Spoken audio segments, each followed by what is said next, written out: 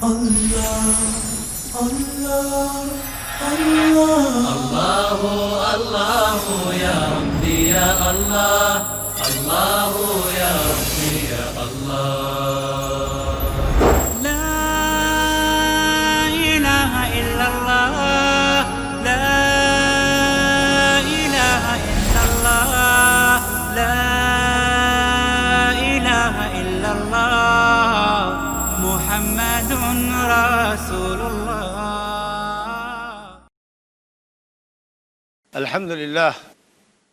الحمد لله حمدا كثيرا طيبا مباركا فيه كما يحب ربنا ويرضى، والصلاة والسلام على نبينا محمد الذي أرسله الله إلى الناس كافة بشيرا ونذيرا، وعلى آله وصحبه ومن قام بنصرة دينه إلى يوم الدين. أما بعد، فقد روى الإمام الترمذي رحمه الله تبارك وتعالى في جامعه وسننه عن أبي واقد الليثي رضي الله عنه قال: خرجنا مع رسول الله صلى الله عليه وسلم إلى حنين ونحن حدثاء أحد بكفر، وللمشركين سدرة يعكفون عندها وينوطون بها أسلحتهم، فقلنا يا رسول الله اجعل لنا ذات أنواط كما لهم ذات أنواط. فقال رسول الله صلى الله عليه وسلم: الله أكبر إنها السنن والذي نفسي بيده لقد قلتم كما قالت بنو إسرائيل لموسى اجعل لنا إلها كما لهم آلهة قال إنكم قوم تجهلون لتركبن سنن من كان قبلكم. محترم حاضرین، بزرگوں، دوستوں اور عزیزوں، مختصر سے حمد و نعت کے بعد آج کی مجلس میں کتاب التوحید کے 8ویں باب کی ایک حدیث، جو ایک اکیلی اکلوتی حدیث ہے اس باب میں، باب من تبرک بشجرۃ او حجر ونحوہما، درخت سے یا پتھر سے یا اس جیسی اور چیزوں سے تبرک لینے، نفع اور برکت کے حصول کا معاملہ، اس کے تعلق سے یہ حدیث ابو واقد لیثی کی صاحب کتاب رحمہ اللہ نے ذکر کی. حدیث ترمذی کی ہے، حدیث حسن صحیح ہے. ابو واقد لیثی رضی اللہ عنہ کہتے ہیں کہ خرجنا مع رسول اللہ صلی اللہ علیہ وسلم الی حنین، فتح مکہ کے بعد، یہ جملہ انڈر بریکٹ کا ہے، معاملے کو آپ کو سمجھانے کے لیے اپنی طرف سے اضافہ کر رہے ہیں کہ فتح مکہ کے بعد ہم لوگ نبی صلی اللہ علیہ وسلم کے ساتھ فتح حنین کے لیے نکلے. حنین ایک وادی ہے مکہ اور طائف کے درمیان، چونکہ ایک ہی سفر میں یہ غزوہ بھی ہوئی تھی، اس لیے فتح مکہ کے بعد گئے تھے. ہم لوگ نکلے غزوہ حنین کی، اور ابو واقد لیثی اپنے متعلق اور اپنے جیسوں کے متعلق کہہ رہے ہیں کہ وَنَحْنُ حُدَثَاءُ عَهْدٍ بِكُفْرٍ، ہم لوگ زمانے کفر سے ابھی قریب تھے، ابھی جلد ہی کفر سے توبہ کر کے اسلام میں داخل ہوئے. یعنی یہ کہنا چاہتے ہیں کہ جو بات ہم نے نبی صلی اللہ علیہ وسلم سے عرض کی اور بات بالکل نامناسب ہوئی، وہ اس لیے ہوئی کہ ہم ابھی پختہ مسلمان نہیں تھے، قدیم الاسلام نہیں تھے، اسلام کی حقانیت کو پوری طریقہ سے ہم نے ابھی سمجھا نہیں تھا. اور ایسا ہوتا بھی ہے کہ جو آدمی باطل مذہب سے منتقل ہو کر حق مذہب پر آتا ہے تو کچھ دنوں تک باطل مذہب کی خوبو اور اس کا طریقہ اس کے دل و دماغ میں جو رچا بسا ہوا ہوتا ہے، اس کا وقتاً فوقتاً غیر ارادی طور پر بھی اس کا اظہار ہوتا رہتا ہے. ارے وہ چونکہ مجھے عادت ہے نا اس لیے ایسا ہو گیا، جی توبہ استغفار، اب بھائی معاف کرنا، ہم لوگ ایسا کرتے تھے نا پہلے اس لیے ایسا ہو گیا، ایسا بولتے. اس کا مطلب یہ ہے کہ جو دوسرے صحابہ تھے قدیم الاسلام، وہ سمجھتے تھے کہ کیا حق ہے کیا نہ حق ہے، اور یہاں حصول برکت کا کوئی تصور پیڑ سے، پودے سے، درخت سے، پتھر سے، چشمے سے، غار سے اور اس طرح کی چیزوں سے برکت کا کوئی تصور اسلام میں نہیں. تو اس لیے جو قدیم الاسلام صحابہ تھے ان کی طرف سے یہ سوال نہیں آیا. یہ جو حدثاء عہد بکفر، جو بھی جلد کفر سے نکلے تھے، ان کی طرف سے یہ سوال آیا. کہتے ہیں کہ وَلِلْمُشْرِكِينَ سِدْرَةٌ يَعْكُفُونَ عِنْدَهَا، مشرکین کے لیے ایک بیر کا پیڑ تھا، اس کو وہ بڑا بابرکت پیڑ سمجھتے تھے، وہاں جم کے بیٹھتے تھے، اس جگہ کو لازم پکڑتے تھے حصول برکت کے لیے، اس کو پکارتے نہیں تھے. اس سے سوال اور فریاد نہیں کرتے تھے، وہاں بیٹھ کے رہتے تھے، درخت کو متبرک سمجھتے تھے کہ یہاں بیٹھنا سکون کا باعث ہے، یہ شجر سکینہ ہے، یہاں بیٹھنے سے سکون اور اطمینان ہوتا ہے، بے چینی دور ہوتی، فلاں فلاں بزرگ یہاں بیٹھ چکے ہیں، ان کی برکت حلول کر گئی ہے اس میں، اس طرح کا تصور لوگ رکھتے ہیں۔ تو بیٹھتے تھے، جم کے بیٹھتے تھے، یا کفونا اندہ وینوتون بہا اسلحتہم، اور حصول برکت کے لیے اپنے ہتھیاروں کو اس پہ لٹکا دیتے تھے۔ یقال لہا ذات انوات، اور اس درخت کا نام ہی رکھ دیا تھا ذات انوات، درخت کا نام رکھ دیا تھا ذات انوات، یعنی درخت، ایسا درخت جس کی ٹہنیوں میں ہتھیار لٹکائے جائے حصول برکت کے لیے، تاکہ تیز ہو، مضبوط ہو، تلوار میدان جنگ میں ٹوٹے نہیں، دشمنوں کی گردنیں کاٹتی جائے، چاٹتی جائے ان کے خون۔ یہ نظریہ تھا۔ تو جو لوگ ابھی نئے مسلمان ہوئے تھے، انہوں نے جب دیکھا، اور بعض روایت میں کہ نبی صلی اللہ علیہ وسلم جب جا رہے تھے انہیں، تو آپ کو سائے کی تلاش تھی، سخت گرمی کا دن تھا، آپ چاہ رہے تھے اس درخت کے پاس جانا، لیکن دیکھا کہ اس میں کچھ چیزیں لٹکی ہوئی ہے، جیسے بہت سے درختوں سے آپ گزریں گے تو اس میں دھاگے اور کپڑے کے ٹکڑے بدھے ہوئے ہیں، یہ منت کا درخت، یہاں منتیں پوری ہوتی ہیں، لوگ ایک ٹکڑا باندھتا ہے، پھر دوسرا کھولتا ہے، پھر باندھتا ہے، جیسے جیسی ضرورت ہوتی جاتی ہے وہاں باندھتے ہیں اور اس کے اوپر چڑھاوے چڑھاتے ہیں، یا درخت کے قریب جو مجاورین بیٹھے ہوئے ہوتے ہیں ان کو چڑھاوے چڑھاتے ہیں، ان کو ہدایے اور تحفے دیتے ہیں۔ تو آپ وہاں سے ہٹ گئے اور دوسرے درخت پہ گئے۔ اب یہ لوگ جو نئے تھے ان میں سے بعضوں نے کہا کہ یا رسول اللہ اجعل لنا ذات انوات کما لہم ذات انوات، ہمارے لیے بھی ایک درخت کا آپ انتظام کر دیجئے، ایک درخت کو متعین کر دیجئے، تاکہ ہم بھی حصول برکت کے لیے اپنی تلواروں کو، اپنی ہتھیاروں کو اس میں لگا دیں۔ کیا سمجھ کے کہا؟ خیر و برکت کا ذریعہ سمجھ کے کہا، اور اپنے گمان کے مطابق انہوں نے سوچا کہ یہ اچھی بات ہے، اسی لیے کہا۔ ورنہ چونکہ وہ مسلمان تھے اور نبی صلی اللہ علیہ وسلم کے ہاتھ پر انہوں نے اسلام قبول کیا تھا، اس لیے واللہ میں قسم کھا کے یہ کہہ سکتا ہوں کہ انہوں نے نبی صلی اللہ علیہ وسلم کی مخالفت میں نہیں کہا تھا، ان کا مقصد نبی صلی اللہ علیہ وسلم کی مخالفت نہیں تھی، اپنے گمان کے مطابق انہوں نے سمجھا کہ یہ کام اچھا ہے، اس سے انہوں نے ریکویسٹ کیا کہ ایک درخت ہمارے لیے بنا دیجیے، دیکھیے ان کے درخت ہے نا، یہ سمجھا کہ ہاں واقعی ایسا ہوتا ہوگا، کوئی درخت برکت کا ہو اس میں تلوار لٹکا دو، تلوار مضبوط ہوگی، تیز ہوگی۔ حسن اعتقاد میں انہوں نے کہا، نبی صلی اللہ علیہ وسلم کی مخالفت میں نہیں کہا، کیونکہ کفر و شرک سے تو توبہ کر کے ہی آئے، لیکن چونکہ باطل سے صحیح دین پر آئے تھے، حق پہ آئے تھے، اسی وہ تصور باقی تھا کچھ۔ جب آپ نے یہ سنا تو آپ نے کہا اللہ اکبر، اور ترمذی کی ایک روایت میں کہ سبحان اللہ، اللہ سب سے بڑا ہے، اللہ ہر عیب و نقص سے پاک ہے، وہ شرک سے پاک ہے کہ کوئی چیز اس کے مقابلے میں قابل پرستش بنائی جائے، اس پر چڑھاوا چڑھایا جائے اور اس سے حصول برکت کی توقع رکھی جائے۔ تعجب کے لیے آپ نے فرمایا اللہ اکبر اور سبحان اللہ، تعجب کے لیے۔ وہ کبھی کبھی اللہ اکبر خوشی میں بھی کہتے تھے صحابہ کرام، لیکن یہاں جو آپ نے فرمایا وہ تعجب کے لیے فرمایا، اور آپ نے فرمایا انہا سنن، یہی طریقے ہیں جن طریقوں پر چل کر کے آدمی گمراہی میں جا گرتا ہے، یہ یہود و نصارہ کے طریقے ہوں، مشرکین کے طریقے ہوں، اہل باطل کے طریقے ہوں، اہل بدعت کے طریقے، ان طریقوں پر چل کے ہی آدمی ہلاکت میں پڑتا ہے۔ انہا سنن، یہی وہ طریقے ہیں جن پر چلنے والے لوگ گمراہی میں جا گرتے ہیں۔ اور فرمایا والذی نفسی بیدہ، قسم اس اللہ کی جس کے ہاتھ میں میری جان ہے، قل تم نے وہی بات کہی جو بات بنو اسرائیل نے حضرت موسیٰ سے کہی۔ حضرت موسیٰ سے کیا کہی تھی انہوں نے؟ قوم موسیٰ نے کون سی بات کہی تھی؟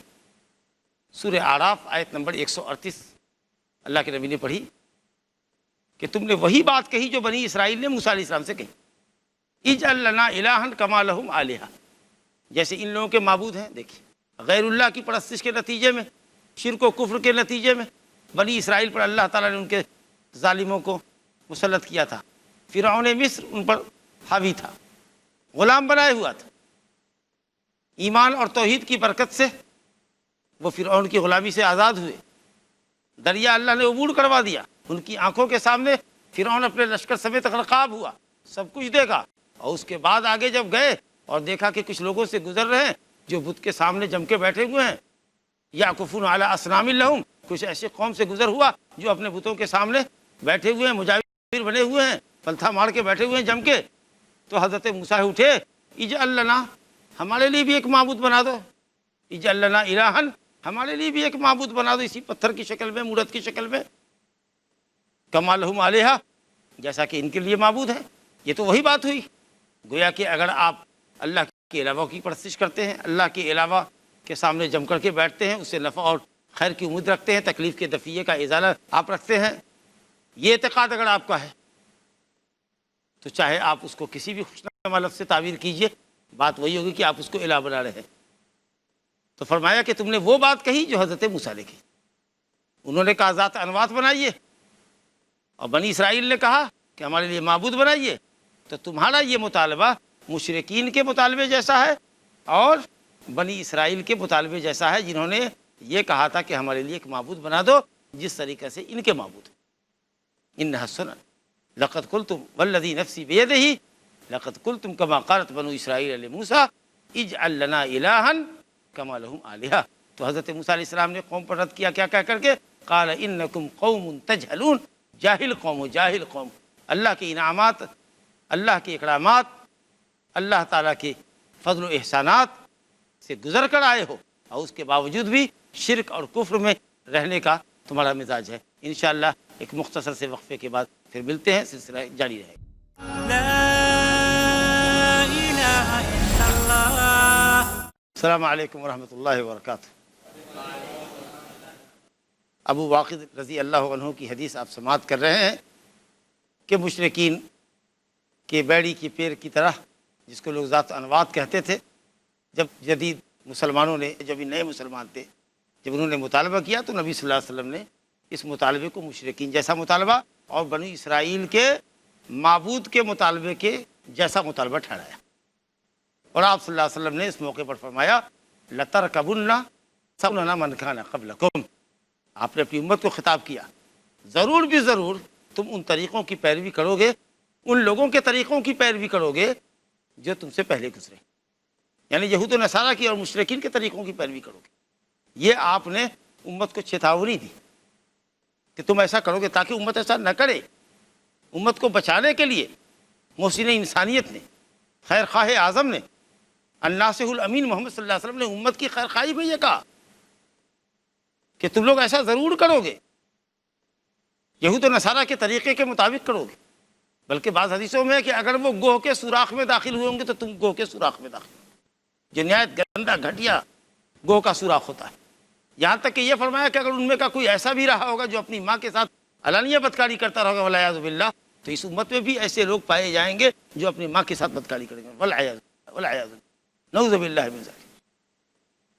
بالکل یہود و نصارہ کے نقش قدم پر کی پیروی کرو، مشرکین کے نقش قدم کی پیروی کرو۔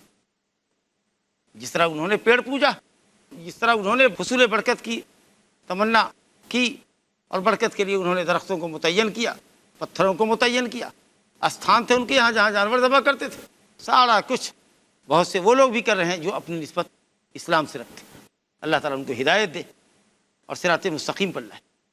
جس طریقہ سے کھلم کھلا کفر اور شرک میں اگلی قومیں مبتلا تھی، امت محمدیہ کے بہت سارے افراد کھلم کھلا شرک کر رہے ہیں۔ جس طریقہ سے ان کے یہاں عورتیں بتوں کے سامنے ناچتی تھی، گاتی تھی، یہاں بھی بہت سی قبریں ہوتی ہیں، بہت سی درگاہیں ایسی ہوتی ہیں جہاں عورتیں جاتی ہیں، ڈانس کرتی ہیں، رقص کرتی ہیں اور چڑھاوے چڑھائے جاتے ہیں۔ کہیں بھی یہ امت یا امت کا ایک بڑا طبقہ مشرکین سے کہیں بھی پیچھے نہیں ہے۔ تو جو نبی صلی اللہ علیہ وسلم نے پیش گوئی فرمائی تھی، امت کو باخبر کیا تھا، مطلب یہ تھا کہ ایسا ہرگز نہ کرنا۔ افسوس یہ ہے کہ شیطان لعین کے بہکاوے میں آ کر امت کا ایک بڑا طبقہ انہی لعنتوں میں گرفتار ہوا ہے جن میں اگلی قومیں گرفتار تھیں۔ تو حصول برکت کی بات جو لوگ کرتے ہیں وہ بات غلط ہے۔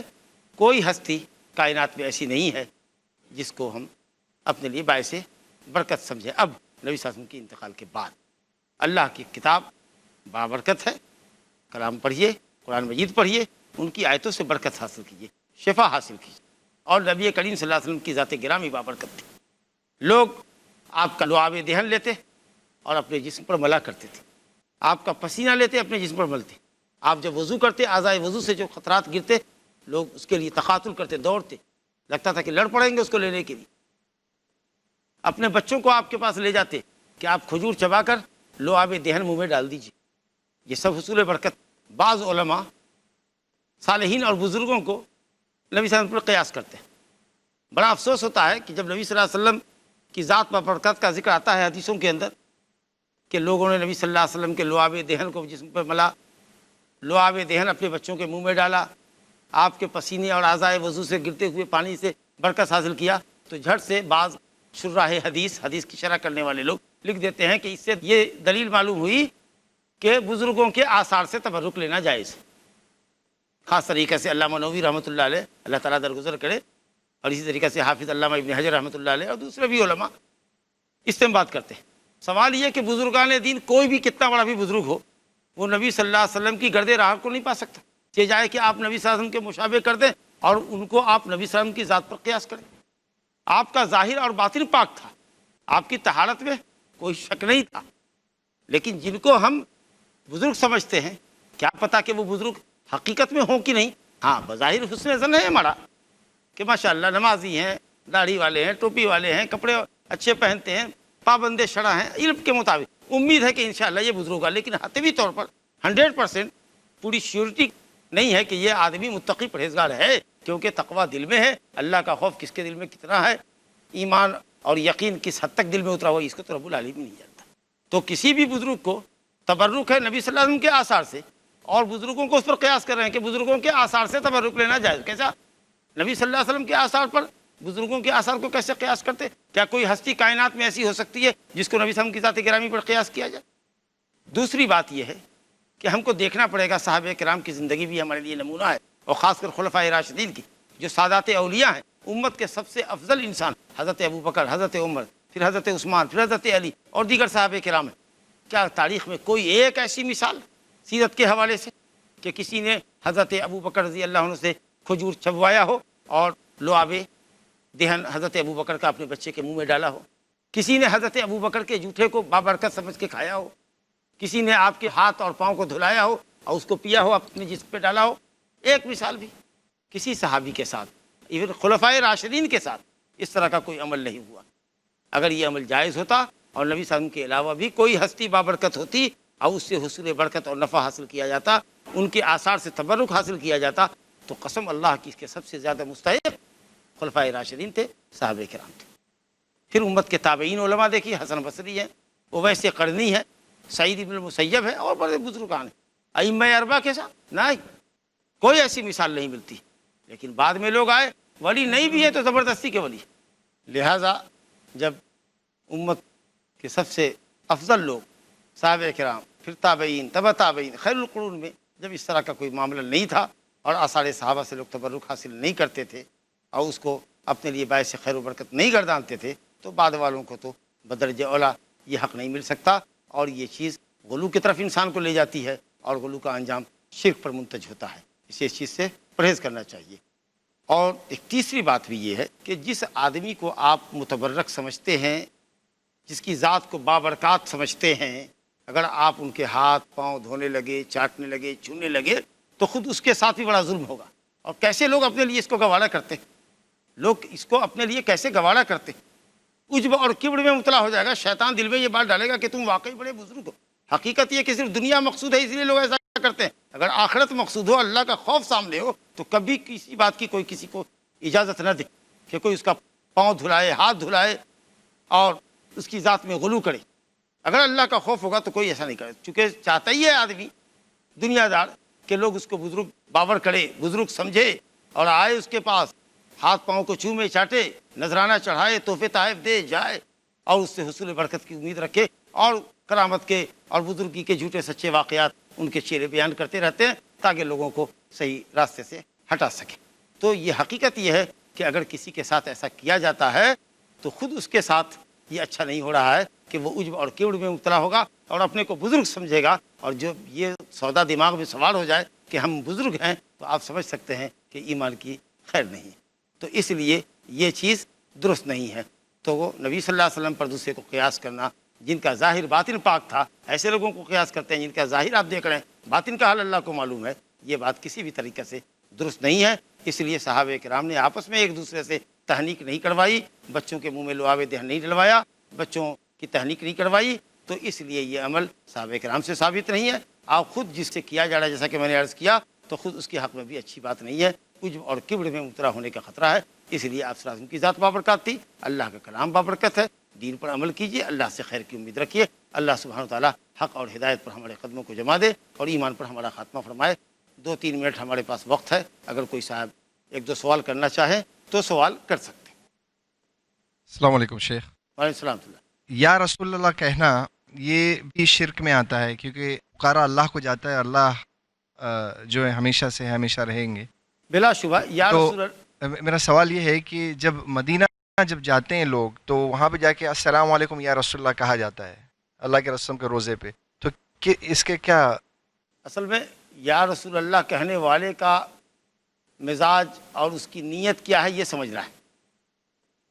یا رسول اللہ اگر آپ یہ کہہ رہے ہیں کہ آپ سن رہے ہیں, یا رسول اللہ آپ استغاثہ کے طور پر کہتے ہیں, جیسے یا اللہ اغثنی, اللہ میری مدد فرما, میری فریاد سن. اگر آپ یہ کریں یا رسول اللہ پریشانی میں یا رسول اللہ کہہ رہے ہیں, گویا آپ فریاد سے کفر کر رہے ہیں, شرک کر. لیکن اگر آپ کہتے ہیں تحیات میں السلام علیکہ ایھا النبی, یہ دعا سکھائی گئی, السلام علی اہل الدیار من المؤمنین والمسلمین, تو آپ خطاب کر رہے ہیں, لیکن یہ نہیں تصور ہے کہ آپ سن رہے ہیں یا آپ ہماری فریاد سن رہے ہیں. اگر اس تصور سے خالی ہے تو یا رسول اللہ کہنے میں کوئی شرک نہیں. لیکن یا رسول اللہ مراد ہے فریاد. یا رسول اللہ کہہ کر کے آپ سلام کر رہے ہیں اگر قبر شریف پر, اور یہ ہے کہ آپ خود سن رہے ہیں, جیسا کہ ایک موضوع روایت آتی ہے کہ کوئی میری قبر پر آتا ہے اور مجھ کو سلام کرتا ہے تو میں سنتا ہوں, دور سے سلام کرتا ہے, ہندوستان سے, اندلس سے, پاکستان سے, جاپان سے, تو مجھ پر سلام پہنچایا جاتا ہے. حدیث ضعیف ہے, حد درجہ ضعیف حدیث. تو عقیدہ اس کے پیچھے کیا ہے وہ سمجھنے کا ہے. اور وظیفہ کے طور پر یا رسول اللہ اس طرح کا وظیفہ پڑھنا بھی جائز نہیں. لا الہ الا اللہ وظیفہ ہے یا رسول اللہ نے. لیکن اگر آپ تحیات میں یا اللہم صلی علی محمد وسلم اس طرح سے اب کہہ کر کے آگے بڑھ جاتے ہیں تو اس میں انشاءاللہ تعالیٰ شرک و کفر نہیں ہے, کیونکہ ہم تحیات میں السلام علیکہ ایھا النبی پڑھتے ہیں. اور یہ ہمارا ایمان ہے کہ صحابہ کرام جو آپ کے پیچھے تھے وہ بھی آہستہ پڑھتے تھے تحیات کو, تو ان کا یہ نظریہ نہیں تھا کہ آپ اس کو سن رہے ہیں, وہ پڑھتے تھے اور ساری دنیا میں لوگ پڑھتے ہیں. تو یہ نظریہ نہیں ہونا چاہیے کہ یا رسول اللہ کہہ کے ہم آپ کو خطاب کر رہے ہیں, آپ سن رہے ہیں ہماری بات کو, یا ہم آپ سے فریاد کر رہے ہیں. اگر یہ نظریہ ہے تو غلط ہے, باطل ہے, بلکہ کفر ہے. جی شیخ صاحب میرا سوال یہ ہے کہ اللہ شرک کے علاوہ سارے گناہوں کو معاف کر دے گا پر شرک کو معاف نہیں کرے گا. جی تو شیطان نے اللہ کے ساتھ کسی کو شریک تو نہیں کیا, اللہ کا حکم نہیں مانا, تو اس کا انجام کیا ہوگا, اور اس نے جو چیز کیا ہے تو وہ کیا کیٹیگری میں جائے گی؟ جتنا دنیا میں شرک ہو رہا ہے وہ سب ٹیکنیک, وہ سب پھنڈا شیطان کا ہے. اللہ کے بندوں کو توحید کی راہ سے بھٹکانے کے لیے, ہٹانے کے لیے شرک کے تمام حد کر دیے شیطان نہیں ڈالے. اس لیے وہ سب سے بڑا مشرک ہے اور سب سے بڑا مجرم ہے. جو بھی شرک کر رہا ہے اس کو تو اس کے شرک کا گناہ ہوگا ہی اور اس کو بھی ہوگا. چنانچہ جہنم میں مشرکین کہیں گے کہ تم کیوں, ہم کو تو تم کہتے تھے بزرگوں کے پاس جاؤ, قبروں کو پوچھو, یہ کرو وہ کرو. کہا ہمارا کام کیا تھا, ہمارا کام تم کو بہکانا تھا, گمراہ کرنا تھا, کوئی زور زبردستی تو ہم نے نہیں کی. تم کو ہم نے شرک کی طرف بلایا, تم آ گئے, تو تم بھی عذاب کا مزہ چکو, ہم بھی عذاب کا مزہ چکتے ہیں. نہ ہم تمہارے کام آ سکتے ہیں نہ تم ہمارے کام آ سکتے ہو, چلو یہیں مرو. سورہ ابراہیم کے اندر ٹاک ہے شیطان کی اپنے چیلوں کے ساتھ جہنم میں, اس کو پڑھ لیجیے گا. وصلی اللہ علی نبینا محمد وآلہ وصحبہ وسلم. اللہ اللہ یا ربی یا اللہ, اللہ یا ربی.